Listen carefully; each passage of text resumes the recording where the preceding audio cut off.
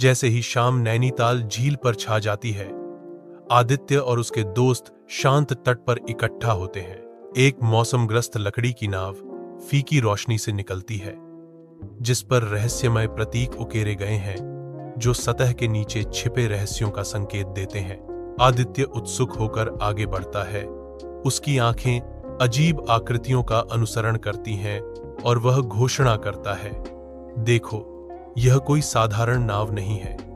ऐसा लगता है कि इसके पीछे एक रहस्य है।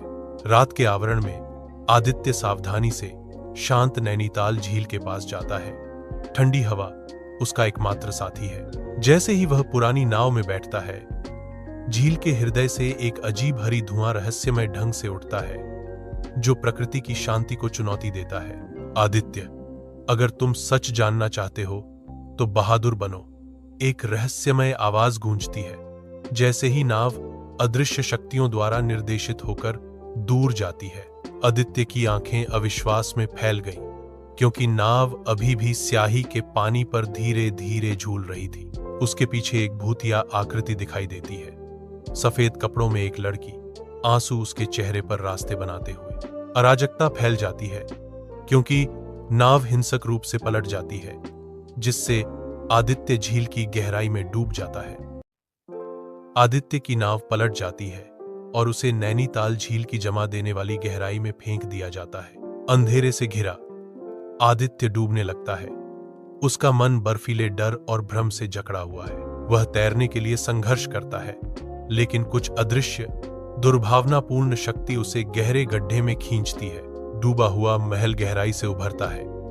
एक अजीब नीली रोशनी उसकी टूटी हुई खिड़कियों और काई से ढके दरवाजों को रोशन करती है। महल के केंद्र में एक पुरानी किताब चुपचाप एक मेज पर बैठी है, जिसके पन्ने भूली हुई कहानियों को फुसफुसाते हैं। पुस्तक पढ़ती है, वंश का अंतिम गाथा। शांत डूबे हुए महल के भीतर आदित्य एक प्राचीन पाठ का अध्ययन करता है। उसका चेहरा एकांत दीपक की टिमटिमाती रोशनी से जगमगा रहा है। वह एक उज्ज्वल राजकुमारी अन्विता और झील की सतह के नीचे अब खो चुके राजसी किले की दुखद कहानी का खुलासा करता है। अचानक खंडहरों में एक भूतिया आवाज फुसफुसाती है, तुम्हें मेरा सच उजागर करना होगा। केवल तुम ही इस झील के अभिशाप को तोड़ सकते हो। रात के आवरण में आदित्य झील के किनारे खड़ा है, भीगा हुआ और एक पुरानी किताब पकड़े हुए। झील भयावह ढंग से लहरें मारती है, हवा ठंड से काटती है। झील के हृदय से एक भयानक लाल चमक फूटती है, जिससे पानी खून जैसा लाल हो जाता है। आदित्य का दिल उसकी छाती में धड़कता है। रात की शांति में एक प्राचीन पुस्तक रहस्यमय ढंग से खुलती है, जिसके पन्ने अशुभ शब्दों से चमकते हैं। किताब बोलती है, इसके जलते हुए शब्द रात में गूंजते हैं। हर 100 साल में इस झील का अभिशाप जागता है और झील उस व्यक्ति का खून मांगती है जो इसका रहस्य जानता है। झील की गहराई से हाथों की छायाएं उभरती हैं, जो आदित्य को फंसाने के लिए बाहर निकलती हैं, जबकि एक फुसफुसाती आवाज आग्रह करती है, भागो भागो, अब बहुत देर हो चुकी है। आदित्य के पीछे खड़ी अन्विता के चेहरे पर आंसू बह रहे हैं, जो सदमे में जम गया है। अन्विता ने अपनी साझा नियति का भार उजागर किया, क्योंकि तुम्हारा खून हमारे वंश से जुड़ा है। केवल तुम ही इस अभिशाप को तोड़ सकती हो, लेकिन अगर तुम असफल हो जाती हो तो झील तुम्हें कभी वापस नहीं आने देगी। झील एक अशुभ लाल प्रकाश के साथ चमकती है, क्योंकि गहराई से एक विशाल छाया उठती है। एक आवाज गूंजती है, कौन मेरे अभिशाप को तोड़ने आया है? झील एक अशुभ लाल रंग से चमकती है, जो एक अजीब रोशनी डालती है, क्योंकि आदित्य और अन्विता एक साथ खड़े हैं। एक विशाल छाया गहराई से उभरती है। उसकी आंखें आग के अंगारों की तरह जल रही हैं। पीड़ित आत्माओं का एक चेहरा। आदित्य पीछे हट जाता है।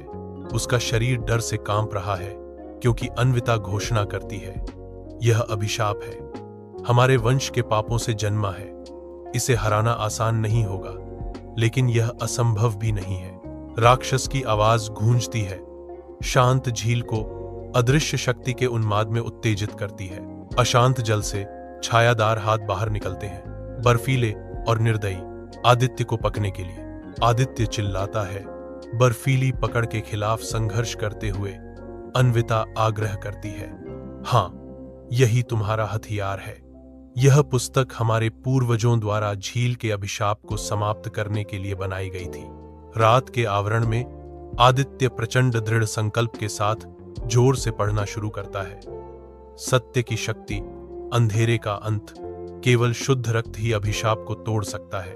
पुस्तक की रोशनी तेज होती है, विशाल छाया पर पड़ती है, जिससे राक्षस दर्द से चिल्लाता है। जैसे ही अन्विता उसे आगे बढ़ने के लिए प्रेरित करती है, रुको मत, पढ़ते रहो, यही एकमात्र तरीका है। आदित्य तनाव में है, अंतिम मंत्र का उच्चारण करते हुए जैसे प्रकाश और अंधकार एक बहरे विस्फोट में टकराते हैं। अशांत काले बादलों से भरे आकाश के नीचे झील अशुभ ऊर्जा से उबल रही है।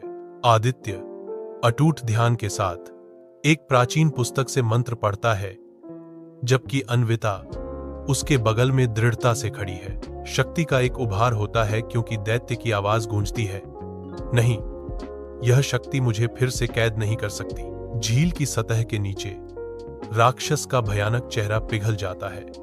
एक थके हुए बूढ़े आदमी का चेहरा प्रकट होता है।